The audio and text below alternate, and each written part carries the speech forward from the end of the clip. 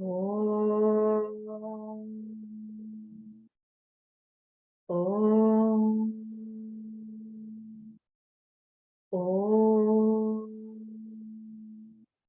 Om Sahana Vavatu Sahanau Bhunaktu Sah Viryam Karavavahai Tejasvinavadhitamastu ma vidvishavahai. Om Shanti Shanti Shanti. Samasta Jana Kalyani Niratam Karuna Namami Chinmayam Devam Satgurum Brahmavidvam. Today we'll see Sutra 71. So first, before this, we saw the glory of such Mahatmas. Tirthi kurvanti tirthani.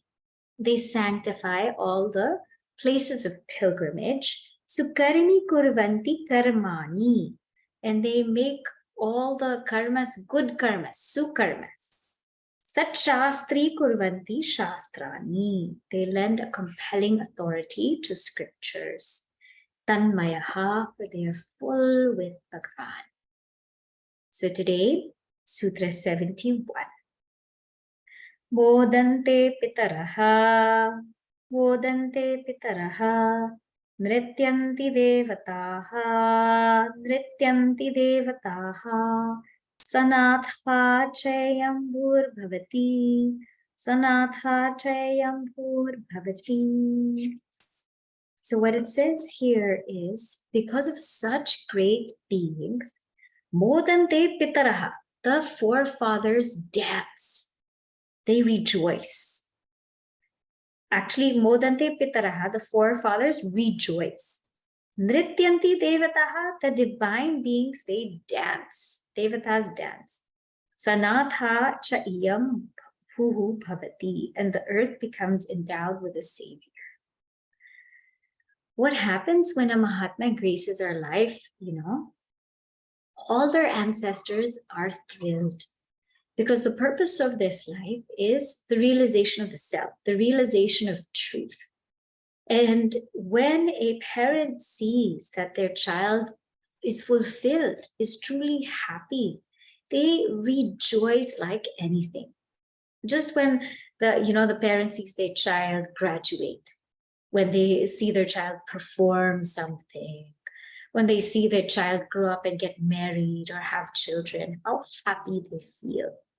But this is reaching the ultimate fulfillment of life. So just imagine what the parents, the forefathers, the ancestors would feel that the child, this being, has reached their true purpose of life. Bodante, they rejoice. And this also frees them. It is said that, when there's a knower of truth, when there's a realized being in one family, their ancestors also become free. Devataha nrityanti. The devatas dance because finally they say all the things that we've put out there are being used to maximum. Sometimes we feel like we create so many things and we don't even know if people use them. And when people say, oh, I actually used it or actually did something with it, then we feel very happy that actually our time was worth it, our effort was worth it. Otherwise, nobody's using what we've created. If we've written a book and nobody's reading it, then we feel very blah. If we've made a video or a film and nobody's watched it, we feel very blah. But when someone says, I watched it, I enjoyed it, it touched my heart, it helped me, then we feel like maybe we actually did something, right? So these devatas, they're thinking, how many scriptures, how many scriptures have we sent? How many great people have we sent to this earth? How many satsangas were there? How many things we've put together in the path of this jiva? And finally, this jiva has utilized it, read it, studied it, realized it, made full use of their entire life. And therefore, we dance. So the devatas are very happy. Nrityanti. Sanatha cha iyam bhuhu. And this earth also feels like, I found a savior. Because all of us living in Mother Earth, unfortunately, most of us, we're over-consuming, we're harming, we're polluting, we're just causing more chaos than necessary. And Mother Earth, Bhumi Devi, feels pain. But when there's this savior, when there's a being who comes and cares for her, treats her, sees God in her, and uplifts her, she also is so incredibly happy. So here, Gurudev writes something so beautiful. He says, the earth, Bhudevi, means the wife of the Lord. When the earth gets a savior, she is no more in bereavement, no longer a widow. The Lord within is dynamically felt as a presence around such an illumined saint. Therefore, the earth is again with her Lord, who, expressing himself through the great devotee, punishes the cruel, shameless, rakshasika forces of materialism and secularism, which have been insulting and injuring her. She cries out, because I have no one to look after me, these people with their lust and selfishness are persecuting me. But when such a master comes, in him the world finds a hero to protect her, to battle unrighteousness, and to re-establish the morality and ethics for a more humane life. It is then that Mother Earth, meaning life on the surface of the globe, unfolds a savior. So whoever the saint be it he or she, whoever the saint may be, when that great Mahatma is there and cares for Mother Earth, she finds peace and solace. And therefore, everyone rejoices with this Mahatma. Now, what is the greatness of Bhakti? 72. What is the greatness of these Bhakti? What is the greatness of Bhakti? And most importantly, the Bhaktas. Nasti teshu jati vidya rupa kula dhanna kriyadi bhedaha. Jati vidya rupa kula dhanna kriyadi bhedaha. In Bhaktas, na asti, there is no what? Bheda. There's no distinction. Where teshu, amongst them. In what way? Jati, species. Vidya, knowledge. Rupa, form. Kula, family. Dhana, wealth. Kriya, profession. Adi, etc. So the glory of perfected saints is they come from all backgrounds. See, the system in Bharat, became pretty rigid. Unfortunately, at certain times, only certain type of people had access to Shastras. Certain type of people could study the Vedas. And this path of Bhakti was so wonderful because it was open, available for anybody from any background. So here, jati can mean, jati literally means species, but here we can take it as the different types of varnas, the different types of mindsets, right? So it could be a thinker. We could have bhaktas who are highly great thinkers like Adi Shankaracharya ji. He was also a great bhakta. We have bhaktas who were great warriors, kshatriyas, right? Like Chhatrapati Shivaji Maharaj, right? Shivaji Maharaj, he was a great devotee of Bhavani. We have great bhaktas who were, also in the wealthy families, right? In Vaishyas, or who were laborers, who were Shudras.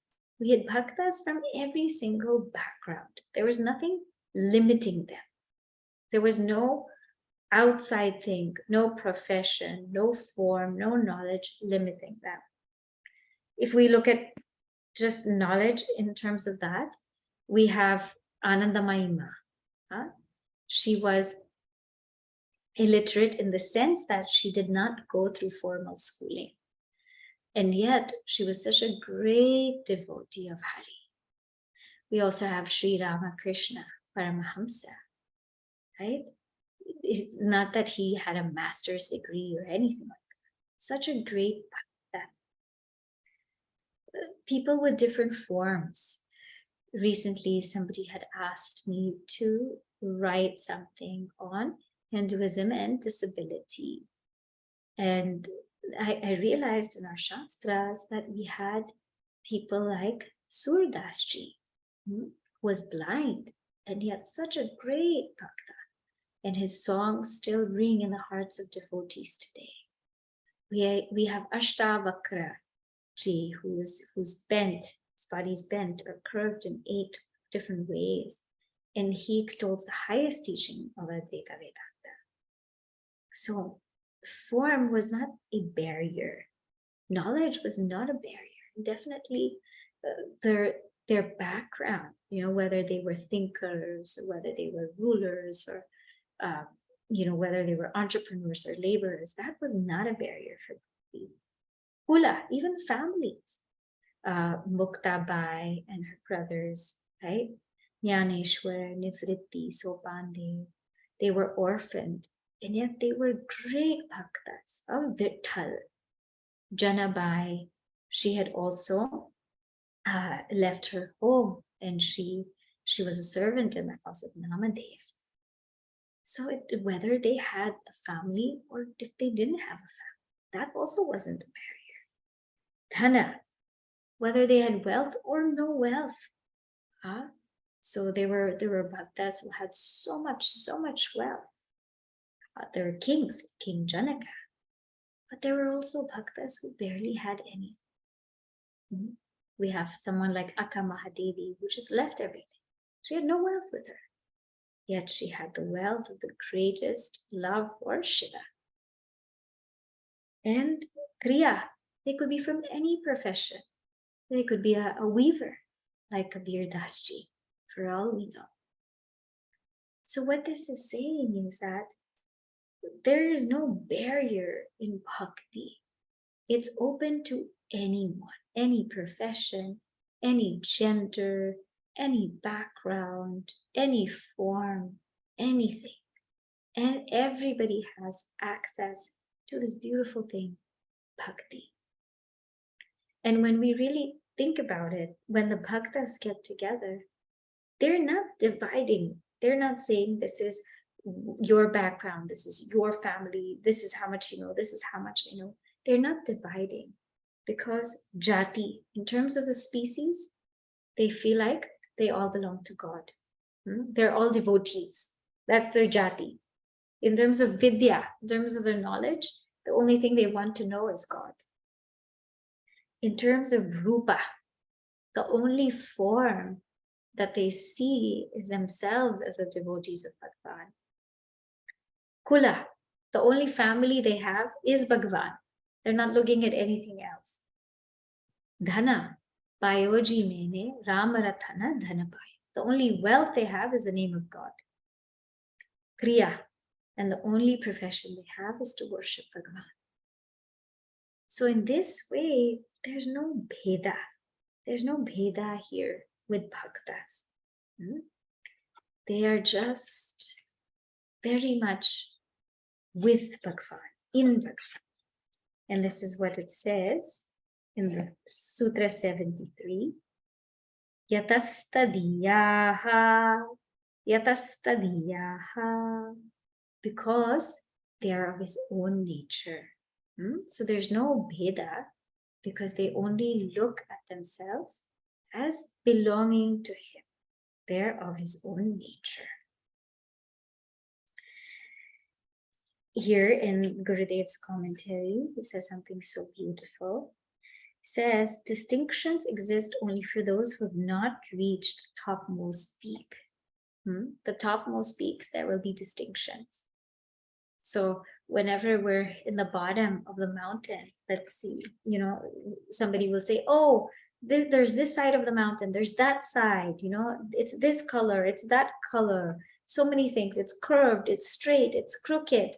And when you're going up a mountain, there's so many distinctions there of which side is rocky, which side is straight, which path is curved, which path is steep. So many distinctions when we're climbing up the mountain. But when one has reached the peak of the mountain, there are no distinctions. There's only one peak. And so for people who have reached the peak, they are above and beyond all distinctions. If we are seeing distinctions, if we are paying attention to distinctions, it's because we have not reached the peak. Now, says, what do bhaktas do? When they get together, what do they do? Well, he says, one thing's for sure, they do not argue. Avoid arguments. Here, Sutras 74 to 75. Sutra 74, Vadonavallambhyaha, Vadonavallambhyaha, Vadaha, disputation, na avallambhyaha, should not be entered into. So disputation should not be entered into. Now, in our Shastra, there are 4 ways to converse with somebody. So the first one is Vada. Now, Vada in the Sutra means argument, controversy. But Vada has another meaning. So I just want to bring that to light. One meaning of Vada is to discuss and together arrive at the truth.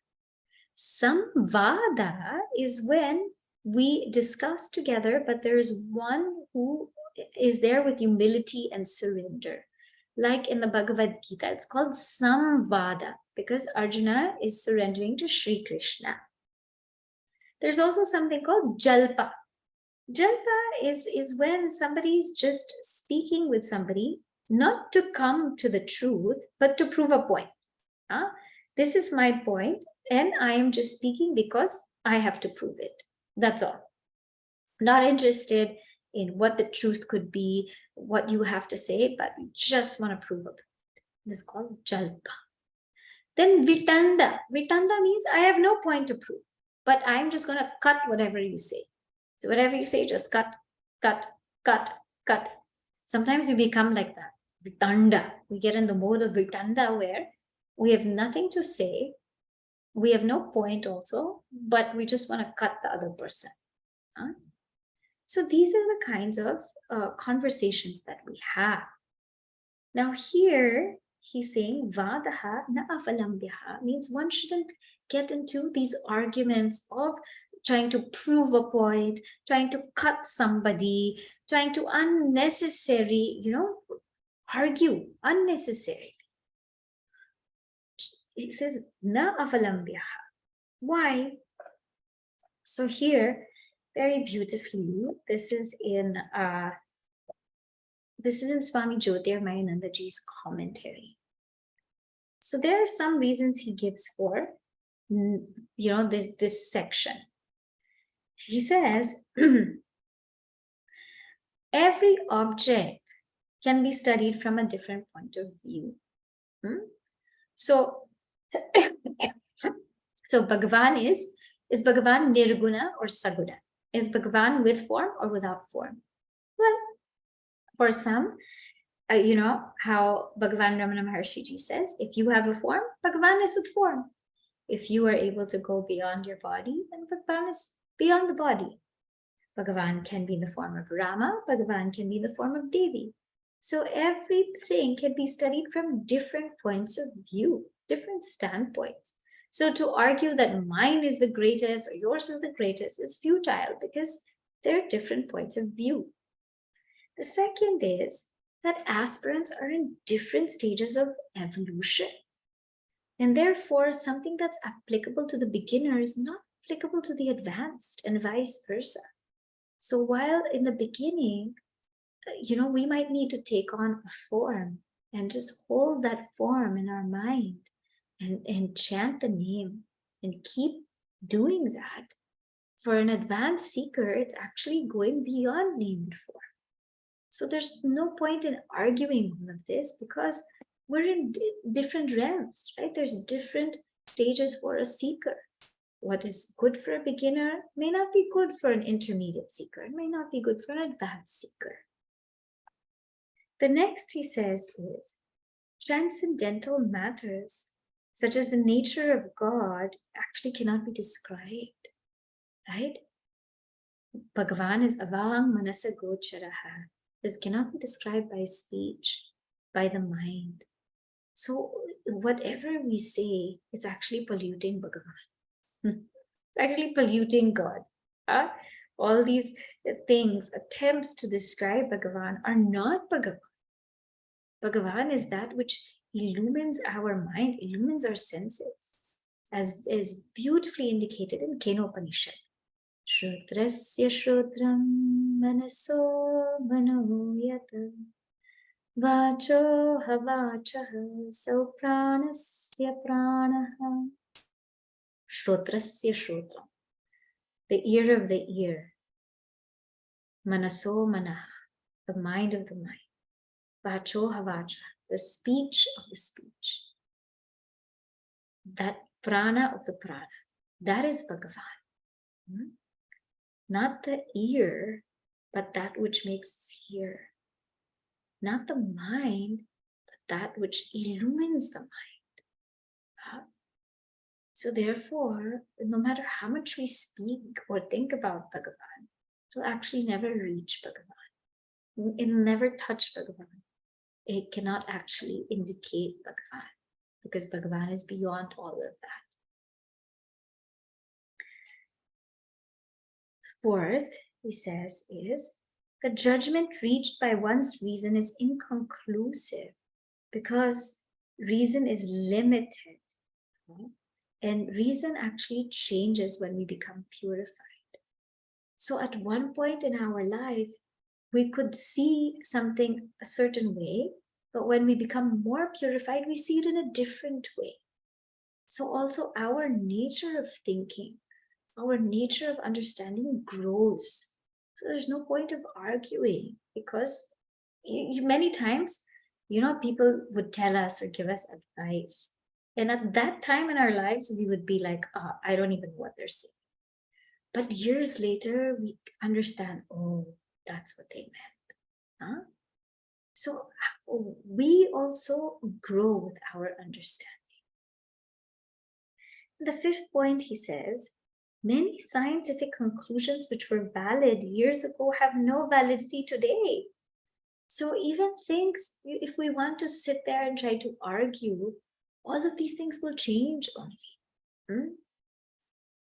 Well, what should we get? 4G or 5G? 4G is better, 5G is better. We can argue, but for all we know, next month we will have 6G, right? It will keep changing. All of these things will keep changing. So he says, this argumentation that people do unnecessarily, that bhaktas don't enter into. Vadaha na avalambyaha. Then he says in Sutra 75, Naraji, bahulyavakashatvat, aniyatatvacha. So, bahulyavakashatvat, there are many diverse views on bhakti, and aniyatatvacha, and it's inconclusive, right? So in the sense that we already saw some reasons for this, but many views are there. Just in Narada Bhakti Sutra alone, right? There's many different ways to practice bhakti. There's puja, there's japa, there's offering all our actions, words, and thoughts towards him. There's many different relationships we can cultivate with Bhagavan. Being a servant of Bhagavan, a beloved, seeing Bhagavan as our child, as our guru, There are many ways that we can connect with Bhagavan as Bhagavan Shiva or Bhagavati Devi or Bhagavan Rama. So there's so many different ways, diverse views. So there's no point in arguing. A seeker should just take what is fit for them. And this is the beauty about Hinduism or Sanatana Dharma. You know, some people say that it's so wide, it's so vast. What do we do? Well, it's so wide and it's so vast, and that's actually its strength. That's actually its beauty. Because this way a seeker can take and customize what is required for their mind to evolve. It's like a Chipotle, right? You go to Chipotle, you have everything. You can get a salad, you can get a burrito, you can get all kinds of things. Now, if you have dairy allergy, then don't get cheese, right? If you have gluten allergy, then don't get the sofritos. If you have this allergy, you have some tomato allergy, don't get the salsa, but get other things which are suitable to your body, which will enable you to enjoy food and digest, right? So Sanatana Dharma has a whole platter of sadhanas, spiritual practices, and paths for the seeker. And so what is required for our mind to evolve, that is what we should take. That there is no question of this is better, that's better. What is best for me as a seeker to evolve? That much I should take. But how do I know? If we don't know, then ask somebody who can guide us. And that is the beauty of Guru. So take us what's required for us to evolve and roll with that. Aniyatatvacha. All of these arguments, they're inconclusive. Because as we said, things in the world, they keep changing. Things in the world keep changing. Our minds also keep changing. Our standpoints keep changing. So therefore, there is no point to get into useless arguments. Now, one might ask about Adi Shankaracharya ji. Didn't he also engage in this kind of debate? See, Adi Shankaracharya ji's cause was very different. It was not to put somebody down. His sole purpose was to establish the truth. His sole purpose of this discussion with other people was to help them see the truth of the scriptures. And he also listened. Not that he didn't listen. He also listened to their standpoints. They also listened to his standpoint. And the sole purpose was, let us talk, let us discuss, and let us just come to the truth. That was the beauty of these discussions that Adi Shankaracharya ji had. So that is a very, very different kind. So this is the glory of the bhaktas, that they make the whole world rejoice. They make the whole world rejoice. And in and through them, there's no bheda, there's no barrier. There's bhaktas of all kinds, of all backgrounds. And they don't spend time unnecessarily arguing. They spend their time worshipping that Bhagwan and that Bhagwan alone. In the Upanishads, it says, when one knows the truth, they should give up speaking too much. It's just useless exhaustion of the tongue.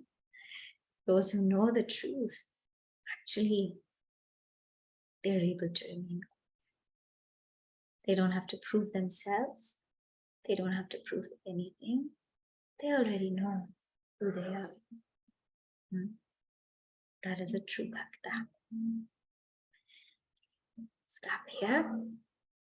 Om Purnamadav Purnamidam Purnat Purnamudachyate Purnasya Purnamadaya Purnameva Vashishyate. Shanti, Shanti, Shanti. Hari Om Shri Gurubhyo Namaha. Hari Om.